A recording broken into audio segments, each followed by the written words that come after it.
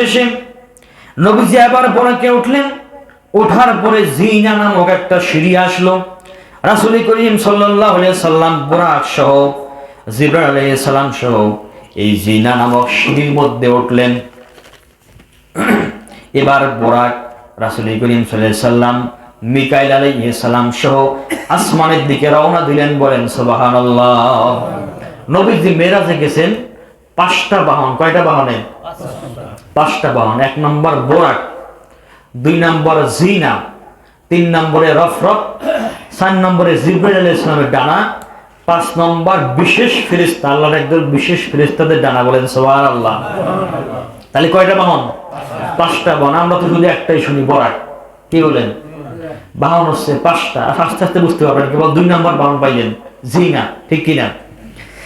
এই জিনা নামক বাহনে রওনা হলেন। প্রথম আসমান দুনিয়া থেকে 500 বছরের রাস্তা। আসমানটা পুরু এবং মোটা 500 বছরের রাস্তা। প্রথম আসমান আল্লাহ তাআলা তৈরি করেছেন সাদা ধবধবে মার্বেল পাথর দিয়ে। আসমানের মধ্যে হাজার হাজার নদী নালা, সাগর, মহাসাগর রয়েছে, যার পানিগুলো নীল রঙের। এই জন্য প্রথম আসমানটা নীল রঙের দেখা যায়। বলেন সুবহানাল্লাহ। প্রথম আসমান থেকে দ্বিতীয় আসমান, মাঝখানে ফাঁকা 500 বছরের রাস্তা। দ্বিতীয় আসমান আল্লাহ তৈরি করেছেন লোহা দ্বারা, পুরু এবং মোটা 500 বছরের রাস্তা। দ্বিতীয় আসমান থেকে তৃতীয় আসমান, মাঝখানে 500 বছরের রাস্তা। তৃতীয় আসমান আল্লাহ তাআলা তৈরি করেছেন তামা দ্বারা। সুবহানাল্লাহ বলেন। পুরু এবং মোটা 500 বছরের রাস্তা।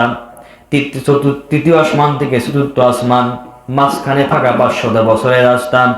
চতুর্থ আসমান আল্লাহ তৈরি করেছেন মিন ফিদ্দাতিন, খাঁটি রূপা দ্বারা। সুবহানাল্লাহ বলেন। পুরু এবং মোটা 500 বছরের রাস্তা।